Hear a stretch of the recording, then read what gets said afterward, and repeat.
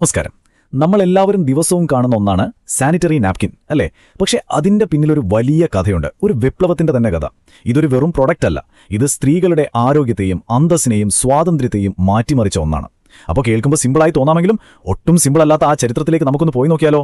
അപ്പോൾ നമുക്ക് ഈ ഒരു ചോദ്യത്തിൽ നിന്ന് തന്നെ തുടങ്ങാം. ഇന്നത്തെ കാലത്ത് നമുക്ക് ചിന്തിക്കാൻ പോലും പറ്റില്ല, അല്ലേ? സാനിറ്ററി പാഡ് എന്നൊരു സംഭവം ഇല്ലാത്തൊരു ലോകം. ആലോചിച്ച് നോക്കൂ, ആ കാലത്ത് സ്ത്രീകൾ അവരുടെ മാസമുറ ദിവസങ്ങളിൽ എന്ത് ചെയ്തിട്ടുണ്ടാവും?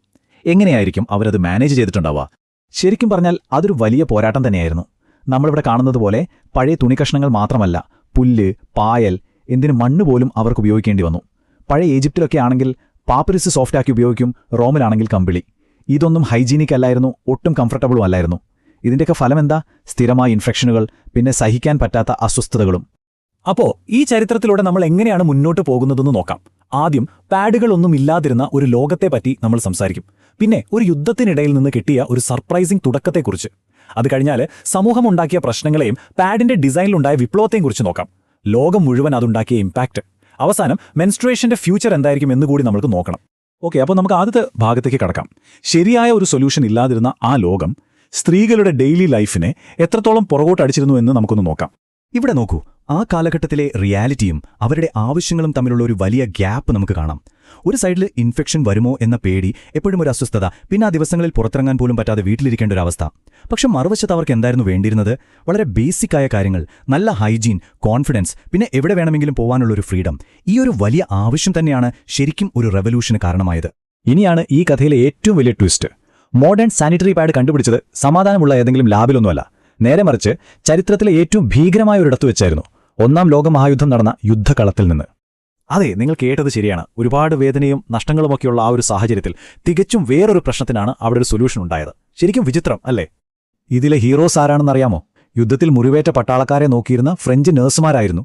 അവർ മുറിവൊക്കെ കെട്ടാൻ ഉപയോഗിച്ചിരുന്ന ഒരു പ്രത്യേകതരം ബാൻഡേജിന് എന്തോ ഒരു സ്പെഷ്യൽ പവർ ഉണ്ടെന്ന് അവർ പതിയെ മനസ്സിലാക്കി തുടങ്ങി. ആ അത്ഭുത വസ്തുവാണ് സെല്ലുകോട്ടൺ. മരത്തിന്റെ പൾപ്പിൽ നിന്നുണ്ടാക്കുന്ന ഒന്നാണിത്. ഇതിന്റെ പ്രത്യേകത എന്താണെന്ന് വെച്ചാൽ, സാധാരണ കോട്ടനേക്കാൾ 5 ഇരട്ടി വെള്ളം, അതായത് രക്തമൊക്കെ വലിച്ചെടുക്കാൻ ഇതിന് പറ്റുമായിരുന്നു. അപ്പോൾ നഴ്സുമാർക്ക് ഒരു കാര്യം മനസ്സിലായി, ഇത് മുറിവ് കെട്ടാൻ മാത്രമല്ല അവരുടെ സ്വന്തം ആവശ്യങ്ങൾക്കും, അതായത് മാസമുറ സമയത്തും ഇത് ഭയങ്കര യൂസ്ഫുൾ ആണെന്ന്. അങ്ങനെ അവരത് രഹസ്യമായി ഉപയോഗിക്കാൻ തുടങ്ങി. യുദ്ധമൊക്കെ കഴിഞ്ഞപ്പോൾ കിംബർലി ക്ലാർക്ക് എന്ന അമേരിക്കൻ കമ്പനി ഇതിലൊരു ബിസിനസ് അവസരം കണ്ടു. അവർ യുദ്ധത്തിന് ഉപയോഗിച്ച ഈ ബാക്കിയുള്ള സെല്ലുകോട്ടൺ വാങ്ങി 1920 കോട്ടെക്സ് എന്ന പേരിൽ ലോകത്തിലെ ആദ്യത്തെ ഡിസ്പോസിബിൾ സാനിറ്ററി നാപ്കിൻ മാർക്കറ്റിലിറക്കി. അതോടെ ഒരു പുതിയ ഇൻഡസ്ട്രി തന്നെ അവിടെ തുടങ്ങുകയായിരുന്നു. പക്ഷേ ഒരു പ്രോഡക്റ്റ് ഉണ്ടാക്കിയതുകൊണ്ട് മാത്രം കാര്യങ്ങൾ എളുപ്പമായില്ല. അടുത്ത ചാലഞ്ച് അതിനേക്കാൾ വലുതായിരുന്നു. ഒന്ന്, മാസമുറയെക്കുറിച്ചുള്ള സമൂഹത്തിന്റെ മോശം കാഴ്ചപ്പാട്. 2, ആ പ്രോഡക്റ്റിന്റെ തന്നെ തീരെ പ്രാക്ടിക്കൽ അല്ലാത്ത ഡിസൈൻ. ആ കാലത്ത് മാസമുറയെ എത്ര വലിയൊരു നാണക്കേടായിട്ടാണ് ആളുകൾ കണ്ടിരുന്നത് എന്നറിയാൻ ഈയൊരു സംഭവം കേട്ടാൽ മതി. ഒരു കടയിൽ പോയി ഒരു പാക്കറ്റ് പാഡ് വേണം എന്ന് ചോദിക്കാൻ പോലും സ്ത്രീകൾക്ക് പേടിയായിരുന്നു. അതുകൊണ്ട് കടക്കാരൊരു സൂത്രം ചെയ്യും. കൗണ്ടറിൽ 2 ബോക്സ് വെക്കും. ഒരു ബോക്സിൽ പൈസ ഇടുക, മറ്റേ ബോക്സിൽ നിന്ന് ആരും കാണാതെ പാഡ് എടുത്തു പോവുക. ഒരക്ഷരം മിണ്ടേണ്ടി വരില്ല. അത്രയ്ക്ക് സൈലന്റ് ആയിരുന്നു ഈ വിഷയം. ഡിസൈനിന്റെ കാര്യം അതിലും കഷ്ടമായിരുന്നു. ഇന്നത്തെ പോലെ സ്റ്റിക്കർ പൊളിച്ചൊട്ടിക്കുന്ന പരിപാടിയൊന്നുമല്ല. പകരം ഒരു മെൻസ്ട്രുവൽ ബെൽറ്റ് ഉണ്ടായിരുന്നു. ഈ ബെൽറ്റ് ഉപയോഗിച്ച് പാഡ് ദേഹത്ത് കെട്ടിവെക്കണം. ഒന്ന് നടക്കുമ്പോഴോ ഇരിക്കുമ്പോഴോ ഇത് തെന്നിപ്പോകുമോ എന്ന പേടി എപ്പോഴും കാണും. ശരിക്കും പറഞ്ഞാൽ സൗകര്യത്തേക്കാൾ കൂടുതൽ ബുദ്ധിമുട്ടായിരുന്നു അതുകൊണ്ട്. എന്നാൽ ഈ ബുദ്ധിമുട്ടുകളൊക്കെ പുതിയ കണ്ടുപിടുത്തങ്ങളിലേക്ക് നയിച്ചു. ടെക്നോളജി ഡെവലപ്പ് ആയതോടെ പാഡിന്റെ ഡിസൈനിലും അടിപൊളി മാറ്റങ്ങൾ വന്നു. നമുക്ക് ആ മാറ്റങ്ങളുടെ കഥ കേൾക്കാം. ഈ ടൈംലൈൻ നോക്കിയാൽ ആ മാറ്റം വ്യക്തമായി കാണാം. 70കളിലാണ് ആദ്യമായി പശ വെച്ചുള്ള സ്ട്രിപ്പ് വരുന്നത്. അതോടെ ആ ഭീകരൻ മെൻസ്ട്രൽ ബെൽറ്റിന്റെ കാലം കഴിഞ്ഞു. പിന്നെ 80കളിൽ വിങ്സ് വന്നു. അതോടെ പാഡ് തെന്നിപ്പോകുമോ എന്ന ടെൻഷൻ കുറഞ്ഞു. 2000 ആയപ്പോഴേക്കും സൂപ്പർ അബ്സോർബൻ പോളിമർ എന്ന ടെക്നോളജി വന്നു. അതോടെ പാഡുകൾ ഭയങ്കര തിന്നായി, പക്ഷേ അബ്സോർബ് ചെയ്യാനുള്ള കഴിവ് പല മടങ്ങ് കൂടുകയും ചെയ്തു. അപ്പോൾ ഈ മാറ്റങ്ങൾ വെറുമൊരു പ്രോഡക്റ്റിന്റെ ഡിസൈനിൽ ഒതുങ്ങിയില്ല. ഇത് ലോകം മുഴുവനുള്ള സ്ത്രീകളെ എംപവർ ചെയ്യുന്ന, അവരുടെ ജീവിതത്തിൽ വലിയ മാറ്റങ്ങൾ കൊണ്ടുവന്ന ഒരു സോഷ്യൽ ടൂൾ കൂടിയായി മാറി. ഈ സോഷ്യൽ ചേഞ്ചിന്റെ ഏറ്റവും നല്ലൊരു ഉദാഹരണമാണ് ഇന്ത്യയുടെ സ്വന്തം പാഡ്മാൻ അരുണാചലം മുരുകാനന്ദം. അദ്ദേഹത്തിന്റെ ഭാര്യ മാസമുറ സമയത്ത് വൃത്തിയില്ലാത്ത തുണിയൊക്കെ ഉപയോഗിക്കുന്നത് കണ്ട് വിഷമം തോന്നി. അദ്ദേഹം തുടങ്ങിയ ഒരു ചെറിയ ശ്രമം ഇന്ത്യയിലെ ലക്ഷക്കണക്കിന് സ്ത്രീകളുടെ ജീവിതമാണ് മാറ്റിമറിച്ചത്. അദ്ദേഹത്തിന്റെ ഇൻവെൻഷൻ ഒരേ സമയം ബ്രില്യന്റും വളരെ സിമ്പിളുമായിരുന്നു. എന്താണെന്നല്ലേ? ഗ്രാമങ്ങളിലെ സ്ത്രീകൾക്ക് തന്നെ എളുപ്പത്തിൽ ഓപ്പറേറ്റ് ചെയ്യാൻ പറ്റുന്ന, കുറഞ്ഞ ചെലവിൽ പാഡ് ഉണ്ടാക്കുന്ന ഒരു ചെറിയ മെഷീൻ. ഇത് ഗ്രാമങ്ങളിലെ എല്ലാ സ്ത്രീകളിലേക്കും ഹൈജീൻ എത്തിച്ചു എന്നു മാത്രമല്ല, അവർക്കൊരു വരുമാനത്തിനുള്ള വഴി കൂടി കാണിച്ചു കൊടുത്തു. അപ്പോൾ ആ ഒരു ചെറിയ മെഷീൻ ഉണ്ടാക്കിയ വലിയ മാറ്റങ്ങൾ നോക്കൂ. പാഡുകൾ കിട്ടിത്തുടങ്ങിയതോടെ പീരീഡ്സിന്റെ പേരിൽ പെൺകുട്ടികൾക്ക് സ്കൂൾ മുടക്കേണ്ടി വന്നില്ല. സ്ത്രീകൾക്ക് കൂടുതൽ കോൺഫിഡൻസോടെ ജോലിക്ക് പോകാനും എവിടെ വേണമെങ്കിലും യാത്ര ചെയ്യാനും പറ്റി.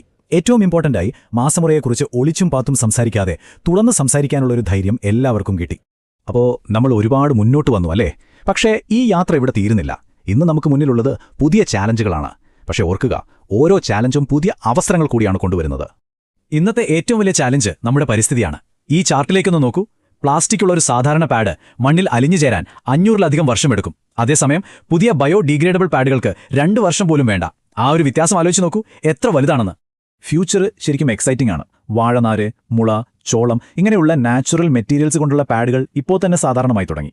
പിന്നെ മെൻസ്ട്രൽ കപ്പുകൾ, പീരിയഡ് പാൻറ്റീസ് പോലെ റീയൂസ് ചെയ്യാൻ പറ്റുന്ന ഓപ്ഷൻസിനും ഇപ്പോൾ നല്ല ഡിമാൻഡുണ്ട്. ഇതുകൊണ്ടൊന്നും തീർന്നില്ല. നമ്മുടെ ഹെൽത്ത് മോണിറ്റർ ചെയ്യാൻ പറ്റുന്ന, അനീമിയ പോലുള്ള അസുഖങ്ങൾ നേരത്തെ അറിയാൻ സഹായിക്കുന്ന സ്മാർട്ട് പാഡുകളെക്കുറിച്ചുള്ള റിസർച്ചുകൾ വരെ ഇപ്പോൾ നടക്കുന്നുണ്ട്. അപ്പോൾ നമ്മൾ മനസ്സിലാക്കേണ്ട പ്രധാന കാര്യം ഇതാണ്: വെറുമൊരു സാനിറ്ററി പാഡ് കഴിഞ്ഞൊരു നൂറ്റാണ്ട് കൊണ്ട് സ്ത്രീകളുടെ ജീവിതത്തെ മൊത്തത്തിൽ മാറ്റിമറിച്ചു. അവർക്ക് ആരോഗ്യം കൊടുത്തു, അന്തസ്സ് കൊടുത്തു, അതുവരെ അവർക്കില്ലാതിരുന്ന ഒരു സ്വാതന്ത്ര്യം കൊടുത്തു.